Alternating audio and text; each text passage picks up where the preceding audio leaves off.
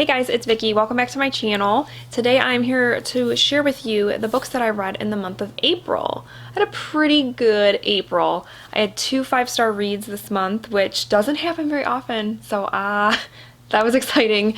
And I have, I think, 9 books to talk about, so I'm just going to go ahead and dive right in. Okay, so the first 3 books that I read for the month, I read in the first week of the month because I took part in the book list readathon, and it was a lot of fun. I vlogged about it, so if you want to get like super in-depth kind of like views on like my reading journey of these 3 books, definitely check out my vlog for that.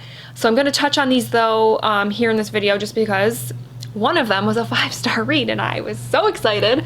And it was actually the first book that I read for the month, and it was a 5-star prediction and I was right. I loved it. And that book is Daisy Jones and the Six by Taylor Jenkins Reid. This is a really popular book right now, so I feel like I don't need to say too much about the plot, but briefly I will say it is a oral history about a fictional rock band from the 1970s called Daisy Jones and the Six, and they are being interviewed because they created back in the 70s this amazing rock album called Aurora.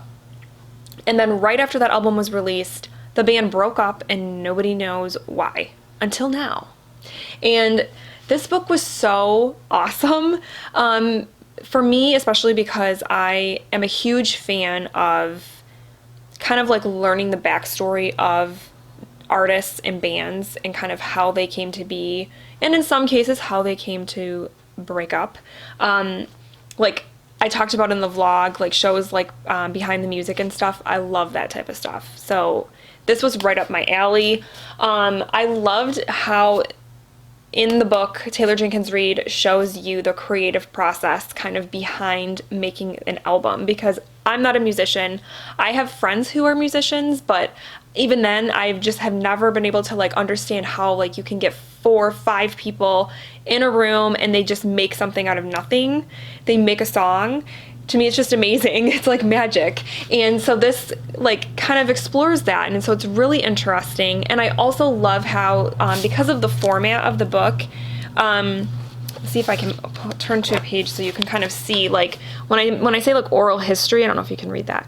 Like each person, it'll like list their name, and then they'll talk for a little bit, and then they'll list another person, and that person will talk for a little bit. And what's interesting is they'll be talking about like the same event that took place, but they see it or they experienced it differently. And so they kind of all have their own little truth about what they lived together. And so the truth kind of, you don't know, it kind of lies in the middle somewhere. And it's really interesting how that plays out in this book. And yeah, I like loved this so much. I can't speak more highly of it. Highly recommend it. I've heard the audiobook is really awesome, and I think I might go back and actually listen to the audiobook too, just because I think that would be a really cool experience. And it was crazy because as I was reading this, I felt like Daisy Jones and the Six was a real band, and I wanted to go out and buy the album Aurora and listen to it. And it's cool because in the back of the book, she actually put all the lyrics to all the songs that were written in the very back. And now it's like we just need somebody to actually write the songs and put it to music and then like release an album. Why not? Just do it. Why not? I think that'd be awesome. I wish they would, because I really want to hear this album now since reading this book. So yes, 5 stars, absolutely loved it. Check this book out if you have not. And then the second book that I completed during the book list readathon was Paper Girls Volume 1 by Brian K. Vaughan. This is a kind of a supernatural sci-fi, I'm not really sure how to classify this. It's about a group of girls who are 12 years old. They work a paper route, and the day after Halloween, something crazy starts happening in their town. And yeah, this was pretty good. I really love the color palette, the art style. The story has me a little confused. I'm not gonna lie, I'm a little confused. But this one ended in a cliffhanger that makes me go, okay, now I gotta read the second volume. So I'm hoping to read it really soon. I'm definitely going to keep going because I want to find out what happens. But I gave this volume 3 out of 5 stars. It seems like it's a nice introduction to the series, and hopefully that, you know, as the series progresses for me, you know, I will rate them higher and higher we'll see how it goes. But yeah, this one, 3 stars. And then I rounded off the readathon by reading Any Man by Amber Tamblyn. This book was really interesting. It's about a female serial rapist, which you like never hear about. So it was interesting that she kind of took this topic of rape and kind of flipped it on its head, where the victims are men and obviously the rapist is a woman, and how do the victims deal with it? How does society deal with it? And in doing this, she is also commenting on just rape culture in general in our society and the ways in which we discuss rape and the ways in which we treat rape victims. Yeah. I liked how in the book, the main character, or not the main character, the rapist, they call her Maud, and the way in which she's described like she is like literally a monster, but she's not. She's a human being, but she seems to have these very supernatural, monster-like qualities, and I thought that was really interesting. In the writing in here, Amber Tamblyn has a talent for sure. There were parts of this book that to me I felt like I was reading a horror novel. There was one scene in particular where she talks about peeling an orange, and the way that she wrote that scene, I was like kind of freaked out by an orange. Like it was just like really interesting, really good writing. I would recommend this one. It has a lot to say about our culture, and it was good. I gave it 4 out of 5 stars. The next book that I finished in April was an audiobook, and that was Crazy Rich Asians by Kevin Kwan. I listened to this one for my local book club. We're going to be watching the movie very, very soon, hopefully within like the next week or so. So, yeah, maybe I'll do a Flicks and Lit. So look out for that, maybe. We'll see. But anyways, this is a book about a girl named Rachel who's dating a guy named Nick, and he is from Singapore. And he is going back home for a wedding and wants to bring Rachel along so that she can meet his family. And she has no idea that he is ridiculously rich, just crazy, ridiculous. You can't even imagine rich. And so it's about what happens when she gets there and discovers this very important fact about her boyfriend. And I went into the book a little bit not sure how I was going to feel about it, because it's not typically a book I would read.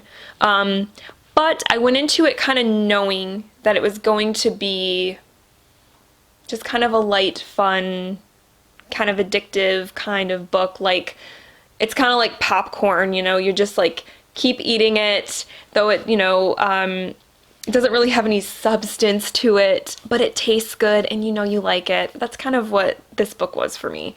And if you go into it kind of knowing that, I think you will enjoy it. If you go into it expecting like this like thought-provoking or, you know, fabulous kind of writing kind of story, you might be disappointed, but if you go in with the right mindset, you'll really enjoy it. And I did. I thought it was pretty good. I think I'm going to listen to the other 2 books on audio because my library does have them. So I figured why not? Because I do kind of want to find out what happens. But yeah, it was a fun book and I rated it 3 out of 5 stars. So after finishing the kind of more lighthearted, fun audiobook Crazy Rich Asians, I read and listened to on audio Dope Sick, Dealers, Doctors, and the Drug Company That Addicted America by Beth Macy. This is a nonfiction book about basically the opioid crisis, and she kind of focuses the attention of the book on Appalachia, or, see, I say Appalachia, but she's from that region, and she says Appalachia. I gotta start saying it correctly. Appalachia. And how this crisis has affected this area, this region of the country. And this was kind of a heavy read because she talks to people that have lost children, people that have been addicted themselves. She goes through kind of the history of opiates in this country and how they kind of came to kind of really center themselves in this part of the country, and how this part of the country, Appalachia, became so just affected. I don't know what other word to use, by these drugs. It was really interesting, really heartbreaking, and it really makes you think, and it's scary. It's scary because so many people in the book that were lost to addiction were very young. Many of them came from perfectly good homes. Some of them were the daughters of lawyers, doctors. They were star athletes, straight A students, and they died because of opiates. I mean, it's really scary. And it really makes you realize that in this country now, in the way that we are now, so many people are up in arms. And I'm going to get on a soapbox for a minute, so I'm sorry. I'm really sorry, but I gotta say it. So many people get up in arms about marijuana, okay? And I'm not saying that marijuana is great and everybody should use marijuana. I'm not saying that. But what I'm saying is people should be more concerned about opiates than they should be concerned about marijuana. Because I think in this day and age, that's what kids are doing at parties. They're not, I mean, I'm sure they're still smoking pot and drinking, but pills are being passed around now also. And I come from a generation where that wasn't really the case. It was like you were drinking, you were smoking pot, maybe you did like ecstasy or dropped acid. That didn't happen very often though. I never did those things, but I mean, but pills were not a thing.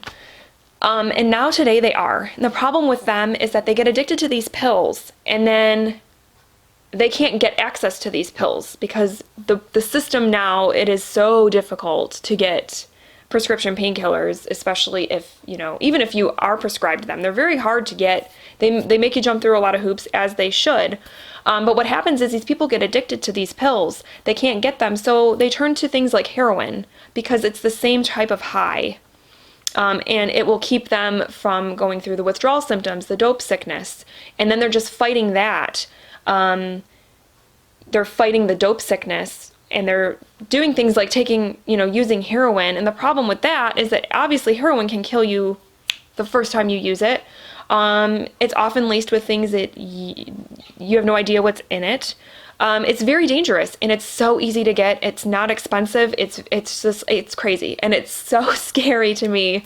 And that I feel like that's what people should be worrying about these days. Marijuana, okay. It is what it is, but opiates are the gateway drug that we really need to be worrying about. So yes, I'm gonna get down now off my soapbox and say, Dope Sick is a really good book. I would recommend reading it. It will open your eyes. It will scare the crap out of you. And it's really good. I gave it 4 out of 5 stars. Okay, next up I read The Beginning of the World in the Middle of the Night by John Campbell. This is a short story collection. And what do I have to say about this one? It was okay.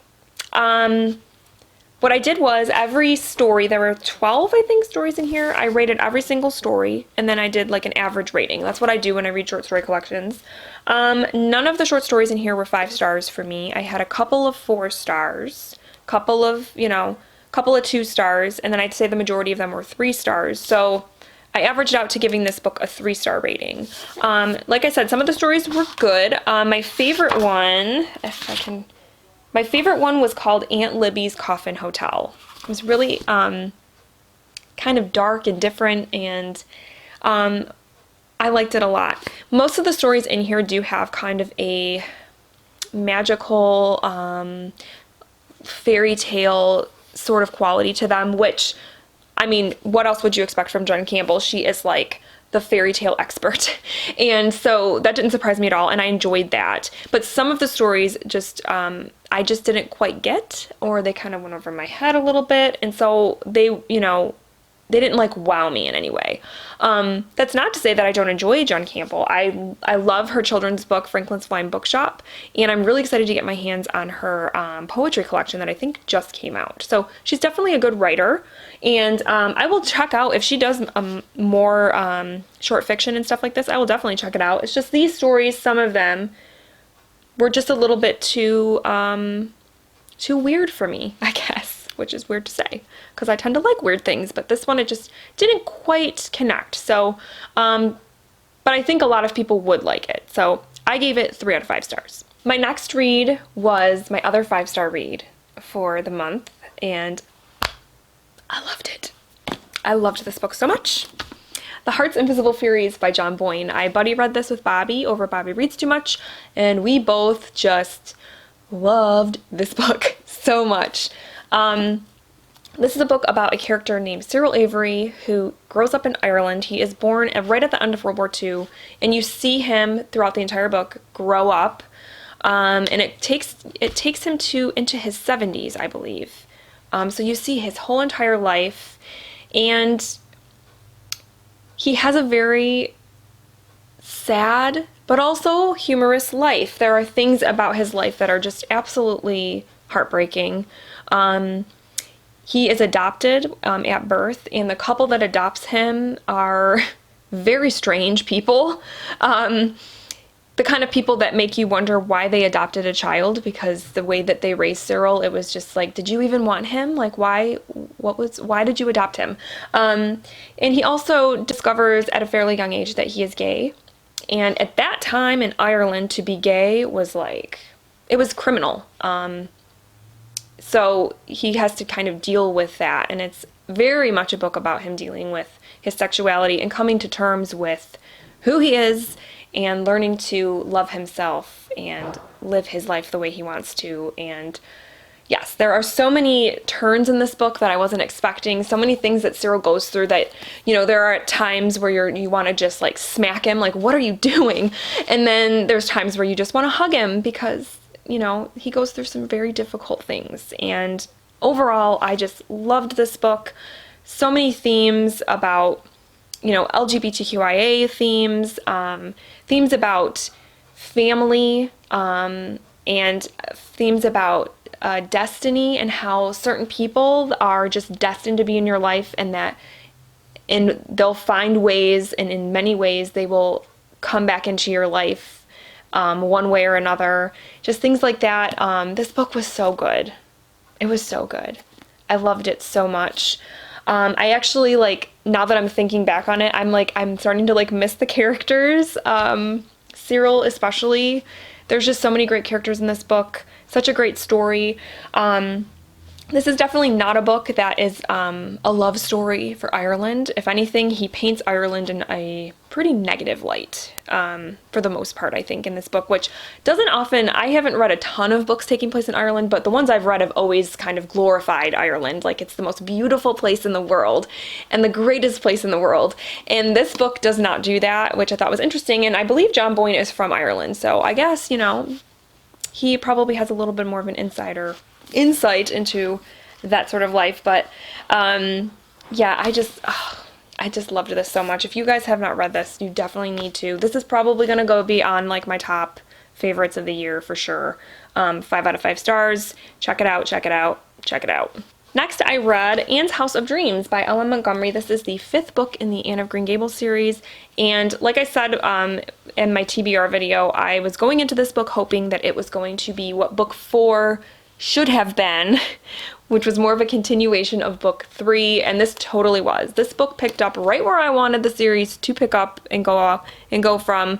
I'm gonna just pretend that book 4 never happened. This book was so sweet.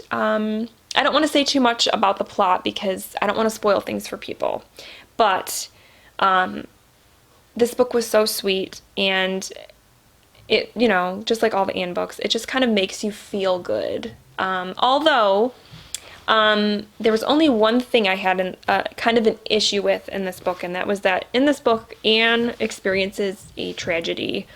And I wished that Ellen Montgomery had spent a little more time kind of being in that moment with Anne, and going more into Anne's feelings, her healing process, and that.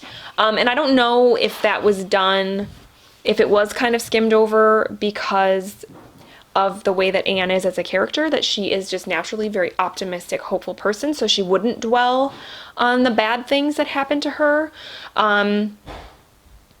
Or if it was because this book was geared towards younger readers, and I don't know if it was. I don't know if this series was meant to be kind of like you grow up with Anne, so that like at this point in the series you are in Anne's same kind of shoes, or if this was meant to just be for younger readers, and maybe that's why it wasn't dealt with more, or she didn't go into more detail about Anne's grief.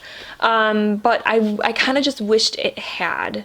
But otherwise, I really, really enjoyed this story. I thought that it had some great characters, especially there's a character in here named Captain Jim, who I really, really liked. And yeah, this was a good one. I really liked it. I'm excited to kind of see now what is in store for Anne next. And yeah, I liked this one. 4 out of 5 stars. And then I finished off the month with a thriller. I read Before She Knew Him by Peter Swanson. And this is a thriller about a married couple that move into a new house.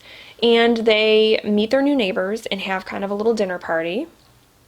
And at the dinner party, the wife, the main character here, her name is Hen, she sees in the neighbor's study and something that makes her think of this murder that occurred, this unsolved murder that occurred years prior. And she's pretty much sure that this guy had something to do with this murder because of this item that she sees in the study. And so then it kind of becomes, you know, what is she going to do about it? How is this all going to play out? And what I really liked about this book was that it just like hit the ground running. Within like 10 pages, like you knew what was going on, you knew where everybody stood, and like that was the story. I wasn't sure. I thought maybe that that Peter Swanson was gonna spend some more time kind of developing into this whole like, is the neighbor a murderer kind of thing. But no, that question gets answered within like the first 10-15 pages. So yes, liked that a lot. I thought the pacing was good.